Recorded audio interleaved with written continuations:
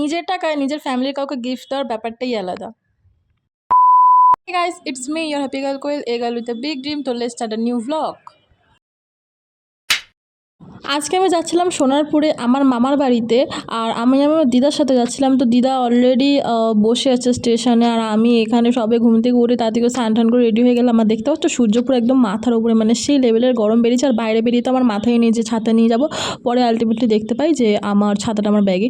আর দেখেছো আমার দিদাকে কেমন দেখতে হয়ে গেছে, মানে শরীরটা এতটা খারাপ না দিদার, মানে সব কিছুতে প্রবলেম, মানে ইউরিক অ্যাসিড, সুগার, প্রেশার, আবার হার্টের এখন কিছু একটা হচ্ছে। তো এত কিছু যদি হয় একটা মানুষের শরীরে, তো অবভিয়াসলি মানুষের শরীরটা খারাপ থাকবে। তো কী বলবো, তাই মানে আমরা যেহেতু ছোটোবেলাতেই বেশিরভাগ সময় দিদার কাছেই থেকেছি, তো আমার দিদা দাদুর প্রতি আমার অসম্ভব ভালোবাসা, ঠিক আছে। এবার দাদু তো এখন নেই, 1 বছর হতে যায়, সেপ্টেম্বরের 6 তারিখ আসলে 1 বছর হবে। আর ওহো, ব্লগটা আজকে এডিট করছি, আজকেই 6 তারিখ। তো আজকের দিনেই আমার দাদু মারা গেছিলো। তো এই দিদা এই জন্য একটু বেশি চিন্তা করছে, এই জন্য শরীর টরীর খারাপ লাগছে। আর আমি না চিপস খেতে প্রচুর পরিমাণে ভালোবাসি, তাই আমার দিদা আমার জন্য চিপস আনছে, বলছে খা খা। আমি বলছি না খাবো না খাবো না, খাবো না করে আর খেয়েই যাচ্ছি আমি, ঠিক আছে। তাই দিদাকে এখন চেষ্টা করি যতটা মানে হাসি খুশি রাখার, এই জন্য মানে চেষ্টা করি। বাট কী বলো তো, পড়াশোনা চাপায় তো রেগুলার দিদার কাছে যাওয়া হয় না। বাট আমি চেষ্টা করি। যে দেখেছো তো ব্যাগ আসার সময় মনে পড়েছে যে ছাতা তো আমার ব্যাগে, তারপর আমি ছাতাটা হাতে নিয়ে আর উঠছি। আর দেখো দিদা সিঁড়ি দিয়ে উঠতেও অনেকটা টাইম লাগে, কারণ যেহেতু পায়ে ইউরিক অ্যাসিডের ব্যথা। আর আমার মামার বাড়ি কিন্তু সোনারপুর রাজপুরের বিভূতায়নের মন্দির ওখানে, এই জন্য অটো উঠেছিলাম। এটা আমার মামার মেয়ে গুনগুন। অলরেডি তোমরা যারা আমার পুরনো ব্লগগুলো দেখেছো তারা হয়তো দেখেছো। তো ওখানে না আমাকে ডাকছি, ও দেখছে না অ্যাকচুয়ালি কার্টুন দেখছে টিভিতে, এত কার্টুন দেখার ভক্ত। এবার দেখেছে যে কোয়েল দিদি ব্লগ করছে, তো ওরা বোঝে, ওরা ব্লগ দেখে। তো ওদের বয়সে আমরা বুঝতামই না সব ব্লগ কী, বাট ওরা বোঝে যে ব্লগ কোনটা। মানে ইউটিউবে সবসময় তো শর্টস দেখে কার্টুনের।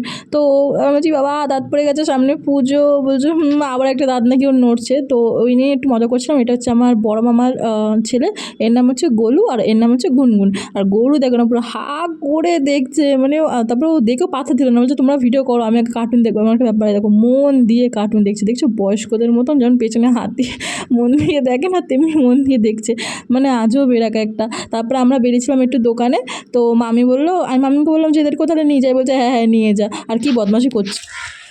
কোথায় যাচ্ছে গুনগুনে মা বাড়ি যাচ্ছে। আমরা কোথায় যাচ্ছি? মা বাড়ি। দুটো এত ফুচকা আমাকে নাটা হতে হচ্ছে, হাত ধরে। আসলে ওদের বাড়ি থেকে ওদের মা বাড়িটা একদম সামনে, তো তাই ও ভেবেছে যে আমরা দোকানে না হয়তো ওর মা বাড়িতে যাচ্ছি, তাই জন্য বলছে যে মা বাড়ি যাচ্ছি। মানে বাচ্চা মানুষ না। এখানে হ্যাঁ এইসব ঠিক আছে তোকে দাও। তারপরে আর কোনো ক্লিপ নেওয়ার কথা আমার মনে নেই। মানে বাচ্চাদের সাথে থাকতে না আমার প্রচুর ভালো লাগে। তার মধ্যে এরা তো বড় আরও পুচকি বাচ্চাগুলো হয় না, মানে যারা সবে বসতে শিখেছে, মানে কথা বলতে পারে না, হাফ কথা বলতে পারে। তো আমার হেভি লাগে ওসব বাচ্চাদের। তো ওখানে বিছানা অবস্থা কী করেছি আমরা। তারপরে ঘুম থেকে উঠে গুনগুন ড্রয়িং স্কুলে যাবে, তো মামা ছেড়ে আসতে যাচ্ছিলো। আমি বললাম আমিও যাবো, গোলু বলছে আমিও যাবো।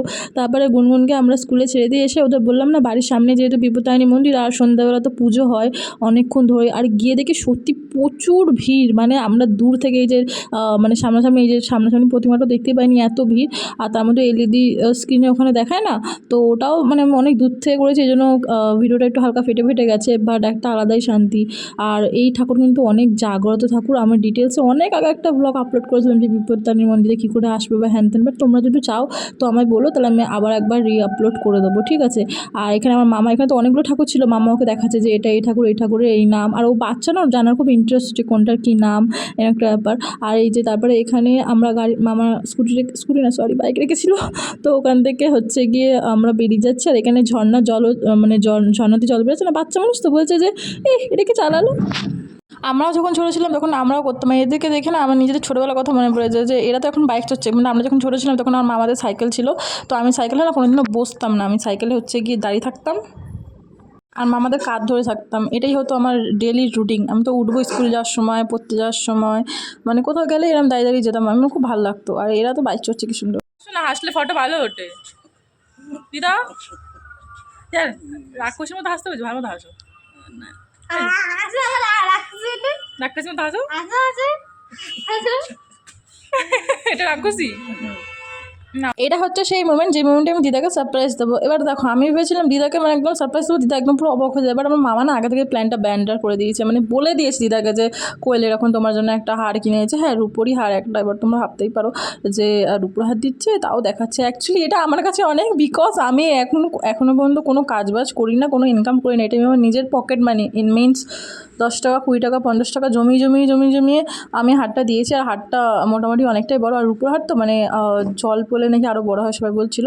এবার আমি একটাই ভয় পাচ্ছিলাম যে বড় হার দিয়েছি, দিদা যেন পরে। অ্যাকচুয়ালি কী বলতো, দিদা না এই বড় টড়ো হাত ঠার পরতে চায় না, আবার দিলেও তো মানে যে কোনো জিনিস আলমারিতে খালি ঢুকি ডাক, মানে আগেকার দিনে মানুষের মেন্টালিটি যেরকম। আমি বলছি না না, এটা যতবারই হোক না কেন তুমি এটা পরে থাকবে, তুমি সবসময় এটা পরে থাকবে। দিদা বলছে তুই পরবি এটা। আমি বলছি না না, আমি পরবো না, আমি সব হাত ঠাট পরি না, তুমি পরো। তো আলটিমেটলি খুব ভালো লাগে নিজের তাকে কিছু দিতে পারলে। আর আমি তো আমার দিদাকে অসম্ভব ভালোবাসি, তো তাই জন্য এটা তো আমার কাছে সামান্য জিনিস। আশীর্বাদ করে যেন আরও বড় বড় কিছু দিদাকে দিতে পারি। টাটা।